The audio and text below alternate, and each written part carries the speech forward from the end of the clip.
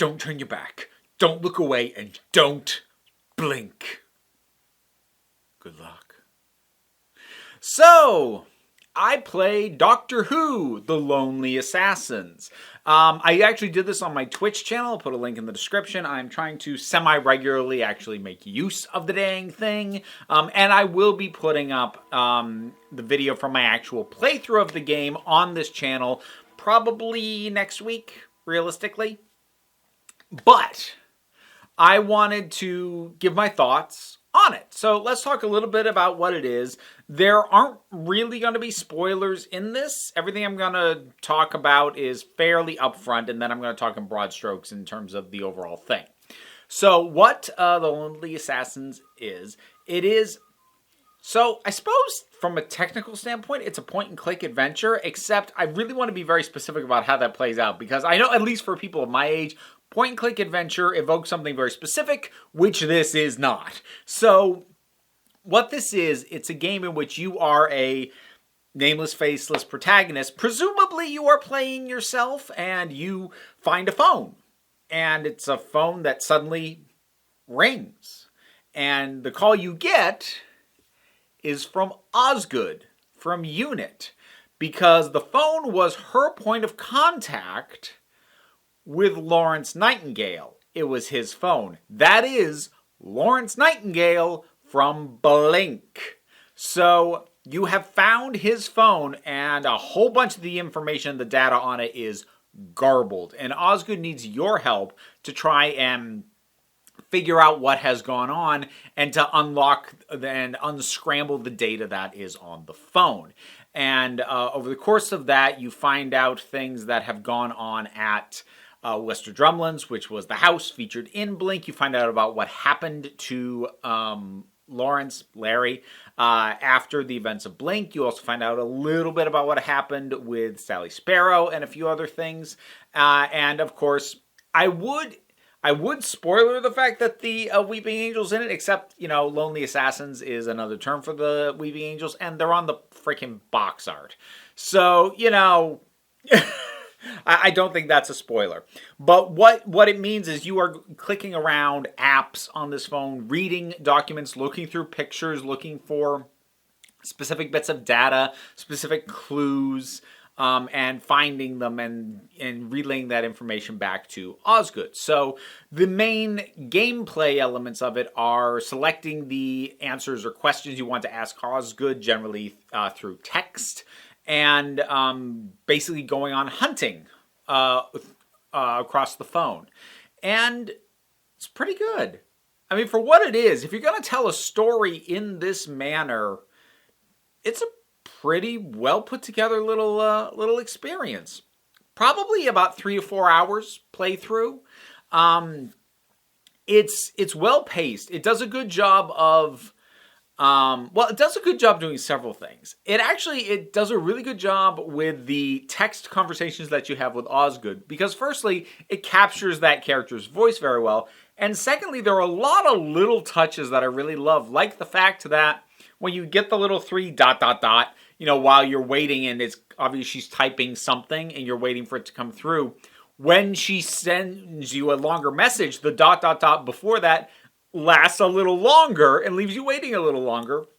Not as long as it would actually take to type that out, but it's a little touch like that. And I also kind of like the level of interaction that it demands from you, in that when you are sent on hunting through the phone for certain things, once you find it, it's not just a matter of you find it and things move forward. You find it, you have to go back to the texting app with Osgood, and you have to actually send her the thing. And it's not a huge hassle. It doesn't take a long time. It's not a lot of added time, but it's one more thing that makes it feel more genuine, because it doesn't just skip to, oh, you found that, so here's the next chunk of stories. Like, no, you found it, now you have to decide, are you done looking around, and are you going to send it to Osgood yet?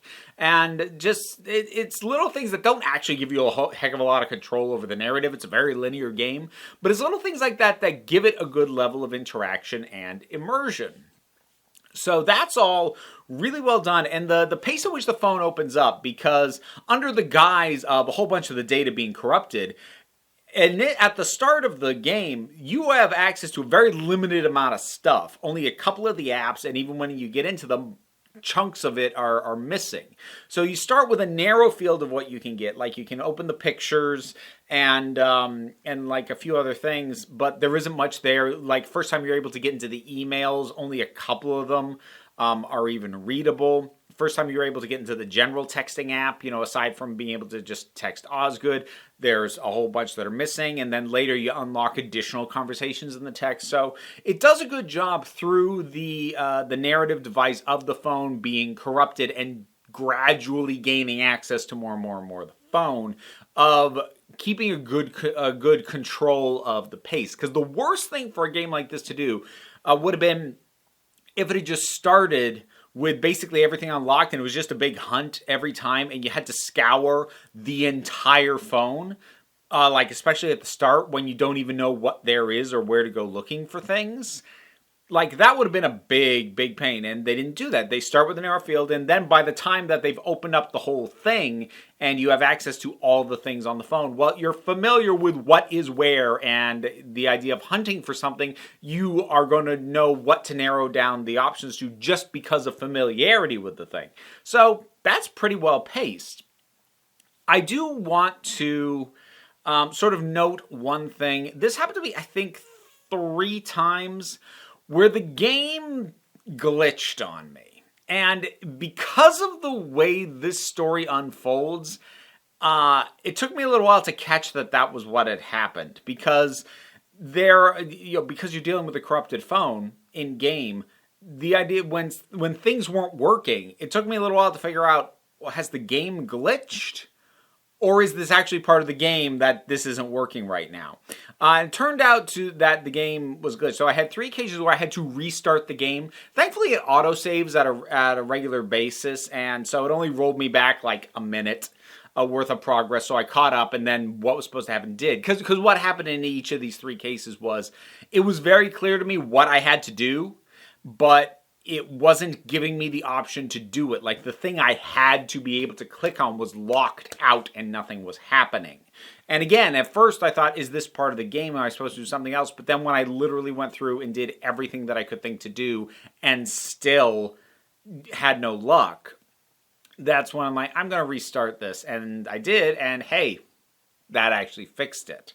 So be aware of that. It might be patched by now, for all I know. And it wasn't like, it didn't crash the game. But just be aware that if you have the sensation, if you ever play this and you have the sensation, I've tried everything that I can think of, and like it's super obvious what the game wants me to do, but it's not letting me do it. Try restarting the game and see if that fixes it. It doesn't exactly have a hint system, but it does have kind of in the upper left corner, an objective list. And that, I think, is almost like a hint system because it helps you keep track of what it is that you need to do if, say, you take a break from the game and don't play through in one shot. But also, it tends to tell you where you should be looking for something. So like in your conversation with Osgood, she might just tell you, I need you to find this bit of data. But if you go to look at the objective list, it'll say, look for that data in this app. So if you do need some guidance, that is there. I only had one bit that I was legitimately stuck on, but it was my fault because I mentally swapped 2 numbers around. That's another thing. You're going to want a pen and paper handy. It doesn't happen a ton, but there are a handful of times where you're going to want to take some notes down. And one instance where I wrote something down and transposed 2 numbers, and so I kept entering this data. I'm like, I'm putting in the data, what's the problem? And the only reason I caught that was because my the chat window in the Twitch stream was yelling at me, you swapped the numbers around, and I didn't check the chat for a bit. So that's just my own idiocy that happened. Given that it is Weeping Angels, it is atmospheric and it can be a bit tense at times. It's not super jump scary. There are a few though. So if you are the kind of person who does not enjoy jump scares, do be aware that there are some present. Really only the first 1 or 2 really got me. Because after that I was able to anticipate sort of when they were coming. And that's not necessarily because like the game wasn't doing them well, but rather because I was recognizing the patterns of the sorts of things that were leading up to it, which the game obviously also knew, because there were some times when the sort of the build up, I'm like, oh god, oh god, oh god, oh god, and then I click on something expecting a jump scare, and then it didn't happen. I'm like, oh, you. So they had a pretty good understanding on that.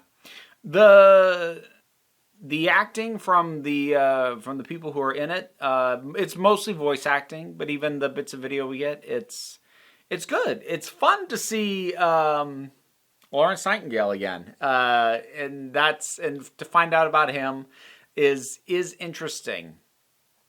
And it is a solid game for what it costs. Although, full disclosure, the developers sent me a Steam key for it. They didn't request this review, nor did they give me any copy to read or anything like that. They just sent me the Steam key. And for what it costs and for how long it lasts, it does a pretty good job with what it's aiming for with the resources it has. It's a little game basically meant to be banged out in an afternoon, in one, maybe two sessions. And for that kind of thing, as a little offshoot, little Doctor Who hunting for clue puzzle-y kind of thing that is not particularly difficult, but is well-paced and kept me engaged. Yeah, I thought this was a good time.